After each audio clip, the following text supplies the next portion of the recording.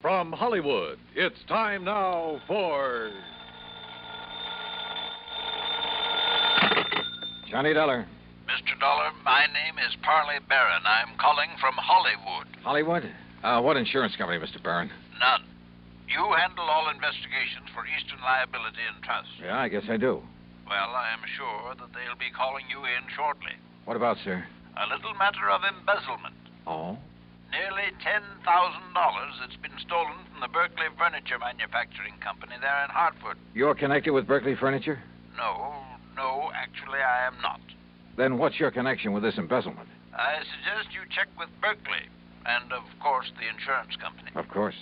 When you have learned the facts from them, I am sure you will find it of the utmost importance to contact me. You sent in Hollywood? Yes. Goodbye, Mr. Dollar. Yeah, but where in Holly... Hello? Hello? Oh, he's a lot of help.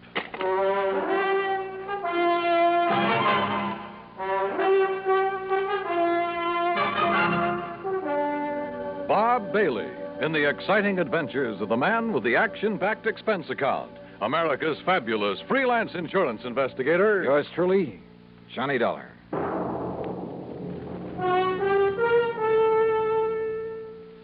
And now, Act One of yours truly, Johnny Dollar.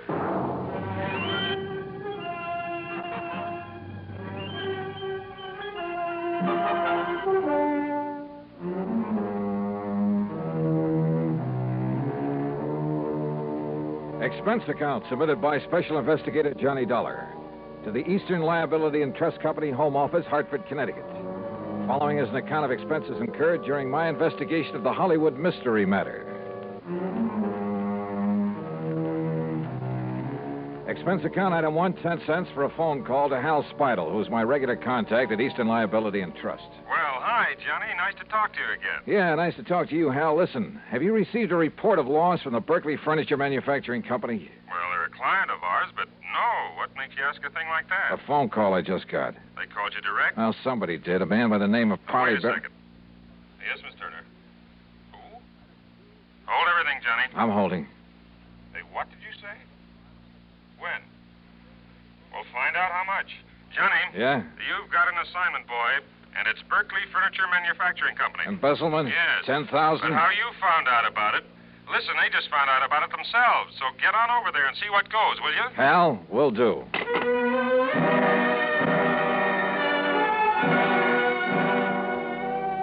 Yeah, my informant, the man who'd called me, had really known something.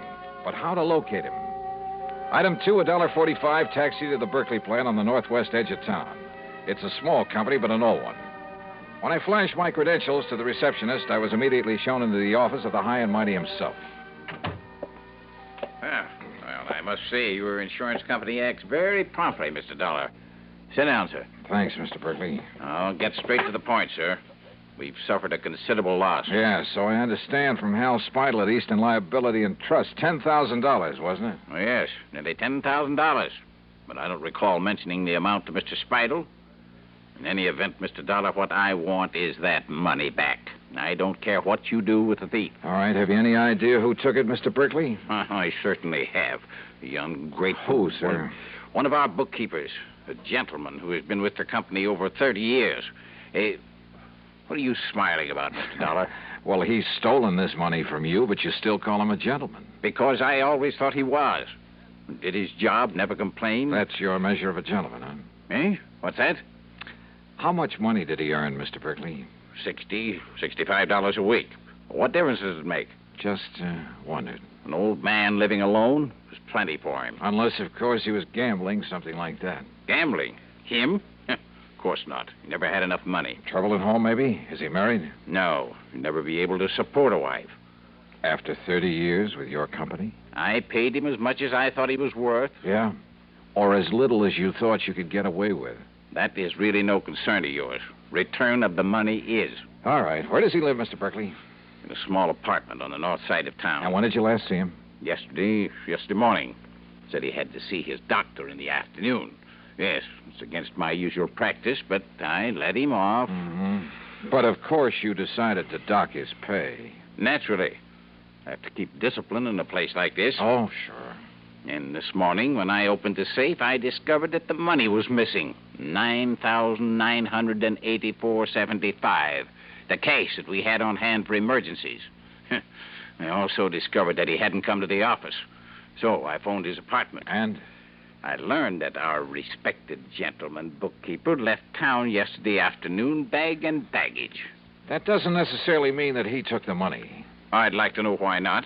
Well, was he the only one who had access to the safe? Of course not. All of the bookkeepers have. How many of them? Others, I mean. 3. But you think for 1 minute they'd dare take that money and then come back here and face me? Maybe you got a point there. What? Have you notified the police of this loss? No. I prefer that the whole thing be kept as quiet as possible for the sake of my company's reputation. Please, remember that, sir. Whatever you say, Mr. Berkeley.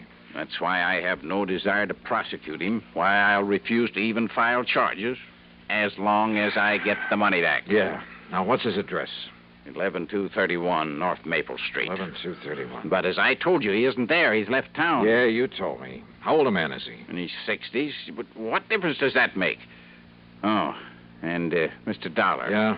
Just how did you happen to know about this so soon? I mean the amount that was stolen. From somebody who called me on the phone. Oh? Somebody who apparently knew a good deal about it. If I can locate him, get in touch with him, he can probably be a lot of help in running down this Come to think of it, you haven't told me what his name is. The bookkeeper? The embezzler? Yeah. Barron, sir. What? Yes. Parley Barron.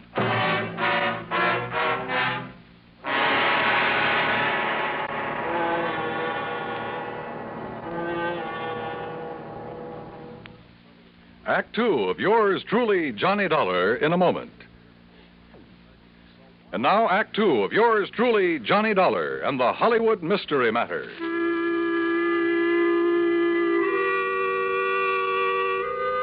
So the embezzler of the $10,000 was Parley Barron, the same man who'd called me on the phone.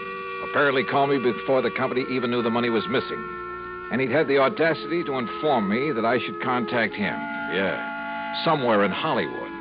Which is like saying the needle is somewhere in the haystack. Item 3, $250 for a taxi to the little apartment house on North Maple Street. I paid off the driver, then walked into the open foyer and looked for the usual bank of mailboxes to find out which apartment was Parley Barron's. Hey, you want me to wait for you, mister? No, that's all right, driver. You go ahead if you want to. Okay, let me see. Now, let's see. Nelson, Davis, Parrots. Oops. Oh, excuse me, sir. That's all right. Spaulding, Pierce, Robeson. Taxi, wait a minute. Oh, here we are. Barron, apartment 103. Just a minute, young man. Are you a salesman? Oh, no. I was just looking up the apartment number of Mr. Parley Barron. Well, he ain't here, mister. You're sure? No, sir. He left here bag and baggage yesterday afternoon. Any idea where he went? No. Who are you? Cops or something? Here. My credentials.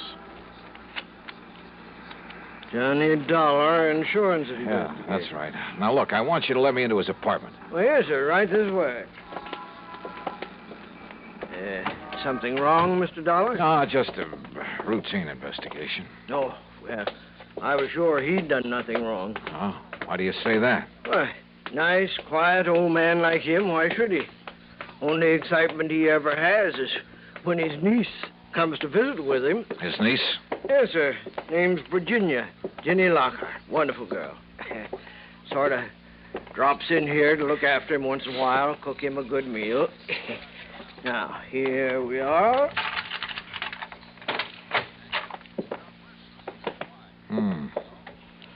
Well, it sure looks like he left in a hurry. Closets open, doors pulled out. Where can I find this niece you mentioned? Why, didn't you see her when you just came in? That girl who bumped into me down in the lobby, that was Jenny Lockhart? Well, must have been. Guess she dropped in for a visit with her uncle, found him gone, and then lit out again. And I didn't have sense enough to get a good look at her. Well, now, here's a picture of her, mister. Sent it to him from her vacation last winter. Vacation, huh?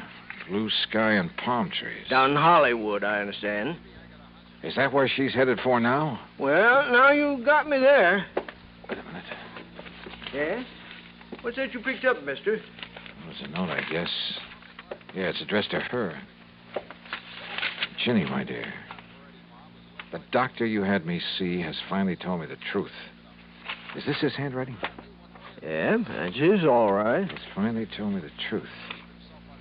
I have less than a week to live. Oh, my. And so for the first time in my life, except for some happy moments with you, I'm going to really live. Make up for some of the things I've had to miss all these years. Well, say now. Yes. You may have some idea where I've gone, but please, please, dear, don't try to follow me. Your loving Hollywood. Yeah, like I said, that's what... And she ran off with the taxi I had. Oh, you want me to call you a taxi, mister? I sure do, brother, and fast.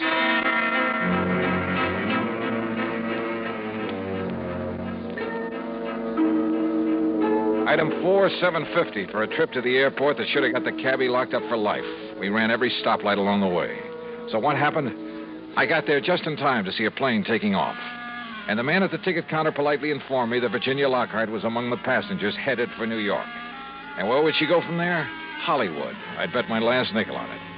Yeah, and she could lead me to the man I was after. I checked the schedules of all the airlines leaving New York. If I took the next plane out of Hartford, I could barely make a flight out of New York to the West Coast. In other words, Hollywood. Item 5, $162.80 for a through ticket. When we arrived in New York, where I had only seconds to change planes, I was the first one off. And then I saw her. She was boarding a plane from another ramp. By breaking a couple of records for the 100-yard dash and bulling my way through the gate, I managed to climb aboard just as the doors were being closed. A quick flash at my credentials kept the stewardess from throwing me off, and in a couple of minutes we were airborne. Now, I guess we'd better make some arrangement about your tickets, sir. Huh? Tickets? Yes, sir. Oh, no. Here, I already have it. Here you are. Oh, thank you. I'll just... Mr. Dollar? Yeah? I'm sorry, but this ticket is for Los Angeles. Well, sure. That's where I'm going. Well, not on this plane, I'm afraid. Huh? This is a non-stop flight to Miami. What? Yes, sir. Miami, Florida. Act 3 of yours truly, Johnny Dollar, in a moment. Now, Act 3 of yours truly, Johnny Dollar, and the Hollywood Mystery Matter. Wait a minute. This plane is headed for Florida? Yes, sir. Non-stop flight to Miami. But I thought this was... Look, I gotta get to Los Angeles, to Hollywood. I'm sorry, Mr. Dollar. Oh, not half as sorry as I am. So what do I do now? Well, I'm afraid there isn't much you can do. So why don't you go up in the cabin where there's one extra seat and, well, just relax and enjoy it. Okay, miss. Great. I'd been so sure it was Virginia Lockhart I'd seen climb aboard this plane, that she'd lead me to her uncle in Hollywood, to wherever he was in Hollywood. So what happened? I was stuck aboard a plane to Miami. All right, I took the advice of the stewardess and walked forward into the cabin to find a seat. And for once, luck was with me. The one vacant seat in that whole plane was right next to, yeah, you guessed it, to Ginny Lockhart. But why Miami? Could she possibly know that I was on the trail of Parley Barron? Was this a trick to lead me off his trail? I decided there was only one thing to do, play it like I hadn't the least idea in the world who she was, and at the same time, see if I could learn anything from her. As long as we're seatmates on this trip, we may as well know each other. My name's Johnny, Johnny Dollar. Miss, How do you do, Mr. Dollar? Be kind of nice to get on down south and away from all the snow and cold, won't it? Would you like some champagne? I understand all I have to do is flag down the stewardess, and she'll be... how about it? No, thank you. Well, excuse me for saying so, but you look worried about something. I'm sure it wouldn't interest you. No, maybe not. But, sometimes it does a lot of good to cry on somebody's shoulder, and since we'll probably never see each other again after this trip, and, well, I have a good broad shoulder. Thank you, but it's not necessary. Oh, sorry, I didn't mean to.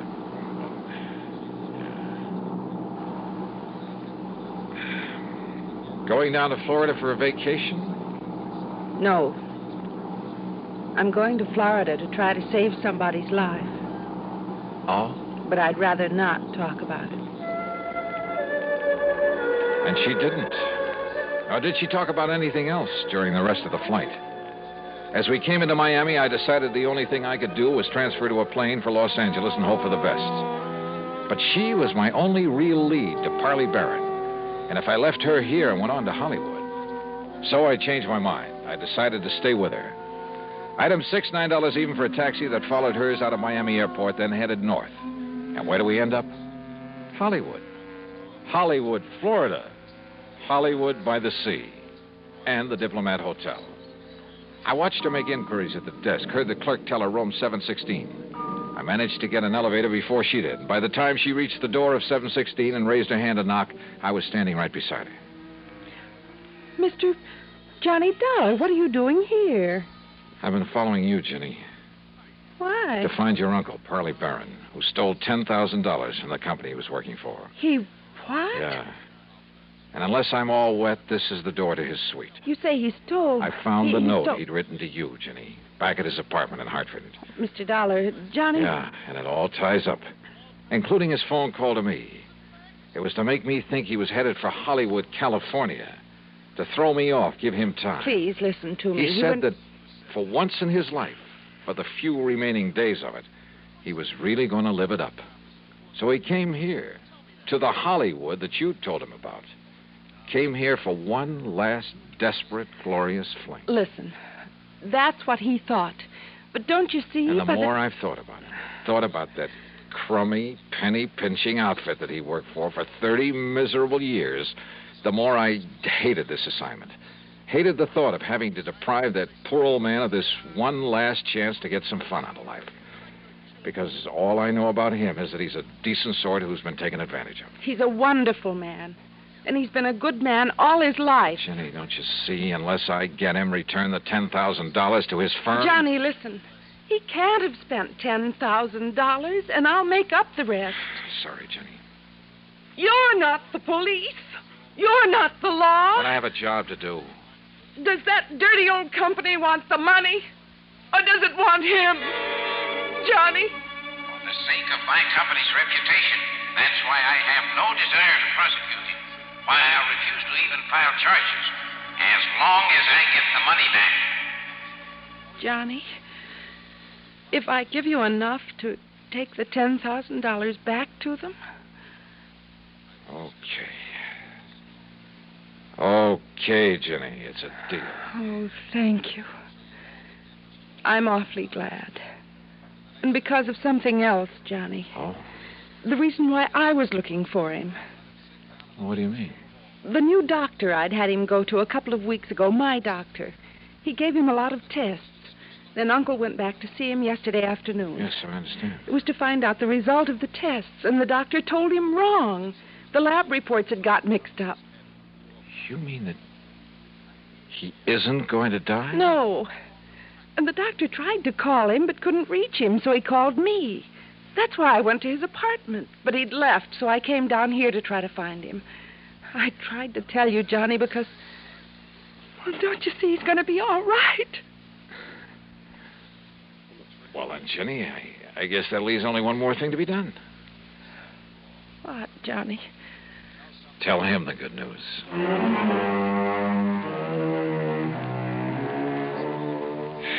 Oh, I don't know. Maybe I'm just a sucker for a good-looking girl.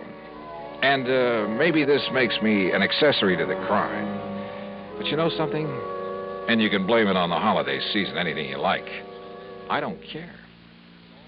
Expense account total, including the trip back to Hartford. Well, a happy new year to you, too. Yours truly, Johnny Dollar.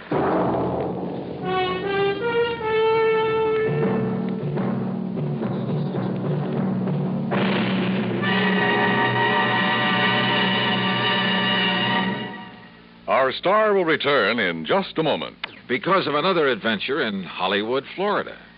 But that one you'll have to read about in the February issue of Harper's Bazaar. It's just out, so grab a copy, will you?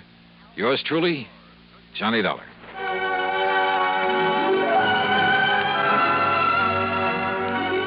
Yours Truly Johnny Dollar, starring Bob Bailey, originates in Hollywood and is written, produced, and directed by Jack Johnstone. Heard in our cast were Virginia Gregg, Gene Tatum, Harley Bear, Forrest Lewis, Junius Matthews, and Frank Gerstle. Be sure to join us next week, same time and station, for another exciting story of yours truly, Johnny Dollar. This is Dan Cubberly speaking. Gunsmoke rises today on the CBS Radio Network.